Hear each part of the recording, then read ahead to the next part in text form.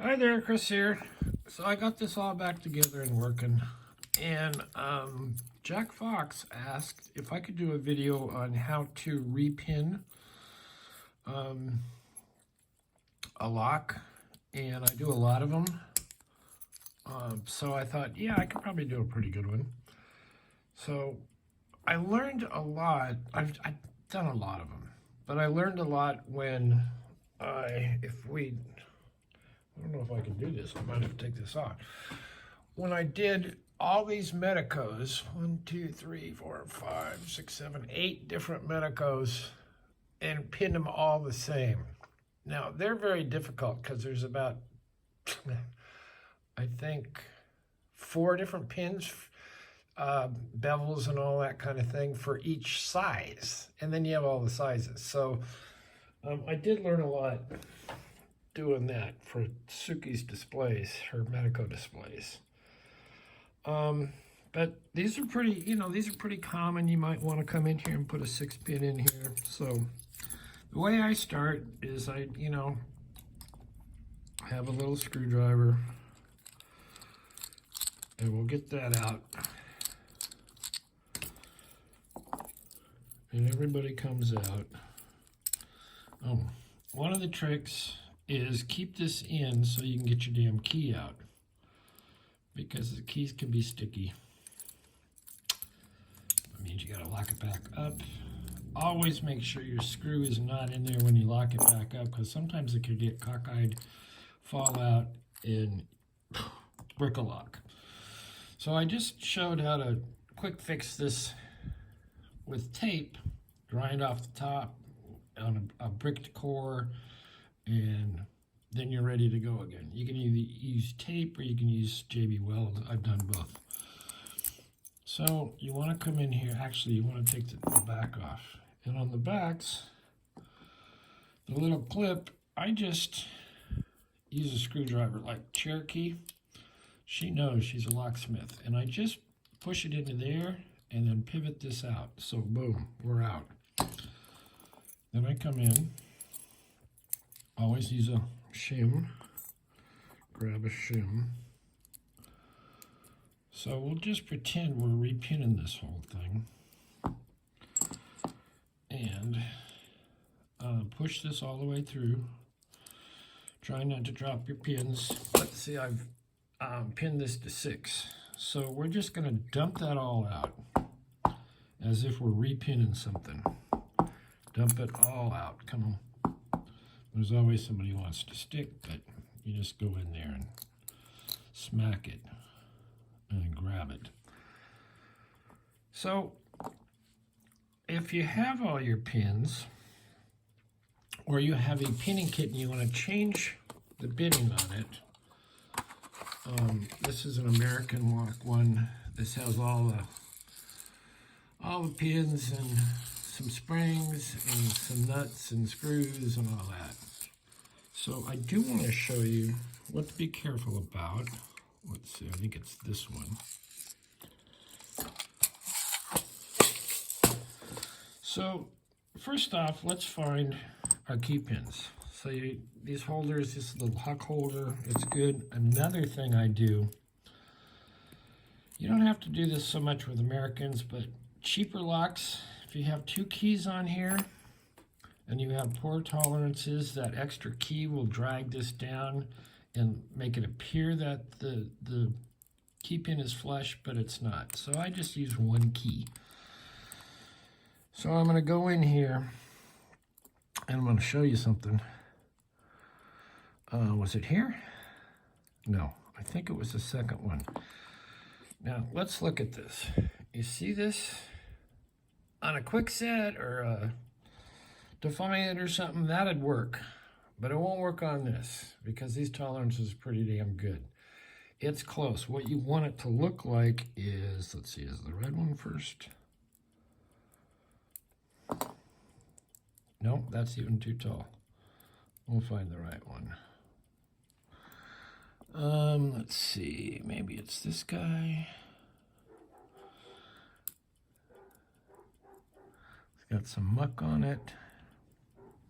Yeah, see the difference there? get that smudge off of there. I don't know what that is. Tape something. There. Suki hair. I mean, Slinky hair. Oh, no, that's even one too. Well, dang. All right, I will get this right. Which is the whole point here, is to get this right. So we're going to put our ill-fitting one back in wherever it went. Is it that one? I don't know.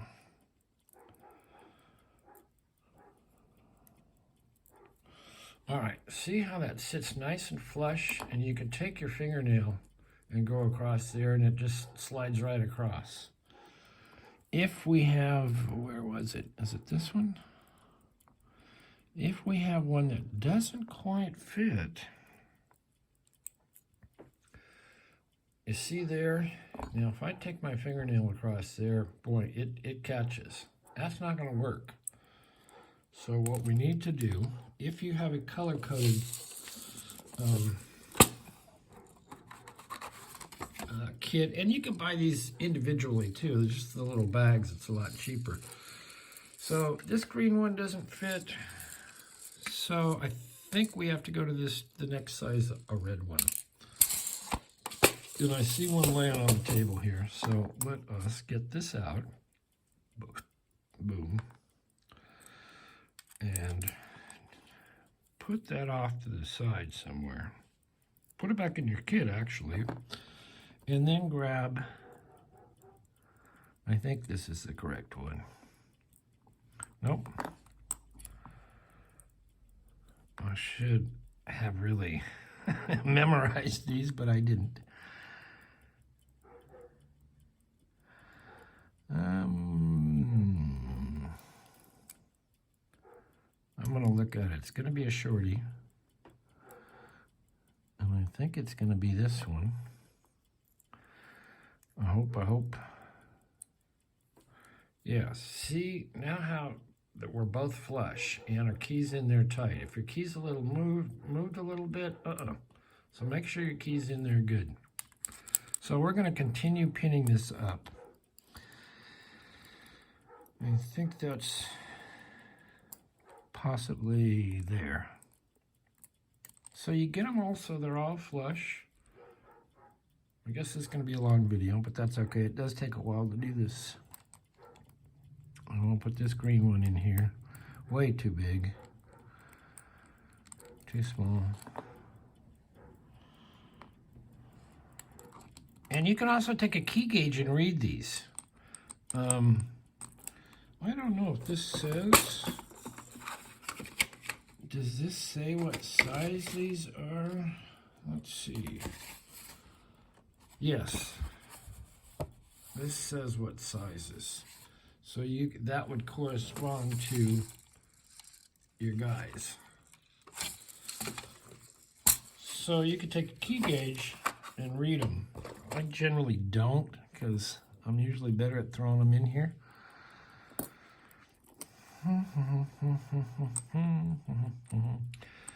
So I'm going to take the longest one because I know it goes here. Then I'm going to take the short green one, I think, which goes there, which is the 6th. And then I'm going to take this guy.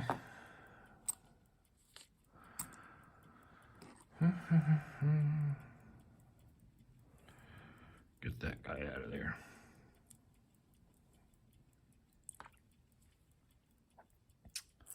Well, not very quick.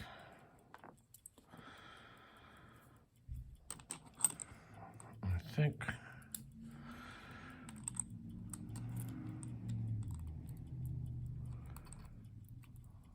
there we go. Then we have 2 left, and you can look down there and see which one is shallower. So I take the shorter one for the shallower one, and that goes, and then this goes. So boom, everybody's good. Oh, that's not right. Okay, so it's we're gonna swap these. You have to really be careful. So pull out the key a little bit, grab this if you can.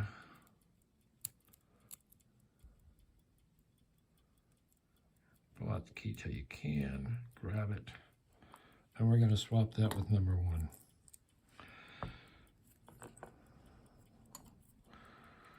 So that guy goes in number 1.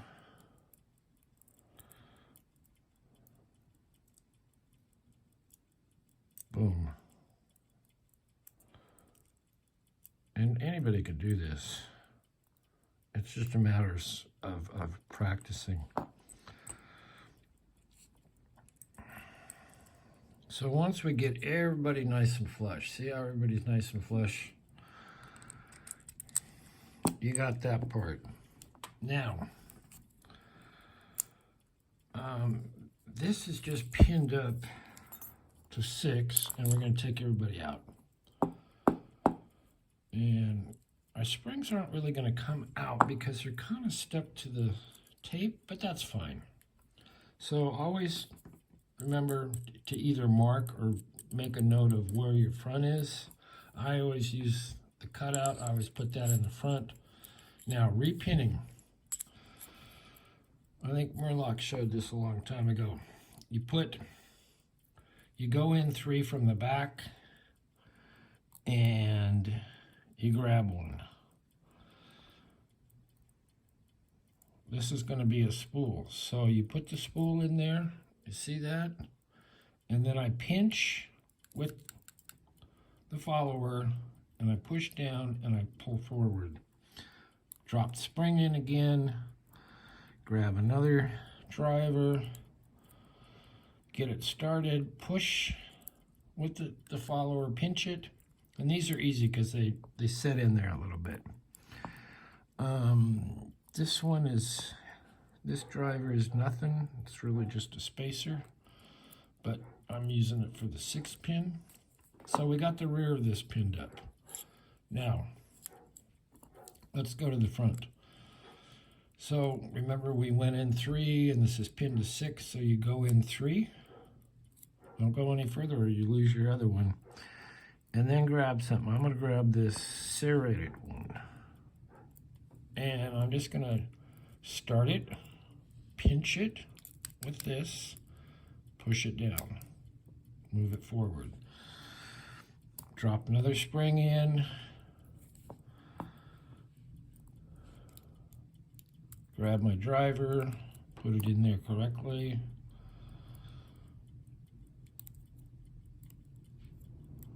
Pinch it so it goes. And this is harder if you have wafers because you kind of have to stack it up and be able to push it down and pinch and push down. So we're going to go with the last one in the front, anti-bump. We're going to pinch it so it doesn't pop out. Push it and push forward. Okay, we got all that. Always use shim. It's going to be hard to get past that anti-bump. I don't know. They're always hard. Oh, I got it. If it doesn't go in the front, put it in the back. And if you're having trouble, kind of angle it. In fact, I'll show that again just because it went too easy. So sometimes it doesn't want to go in the front. Well, it's going now. But sometimes it doesn't. So let's start, we'll just go to the back.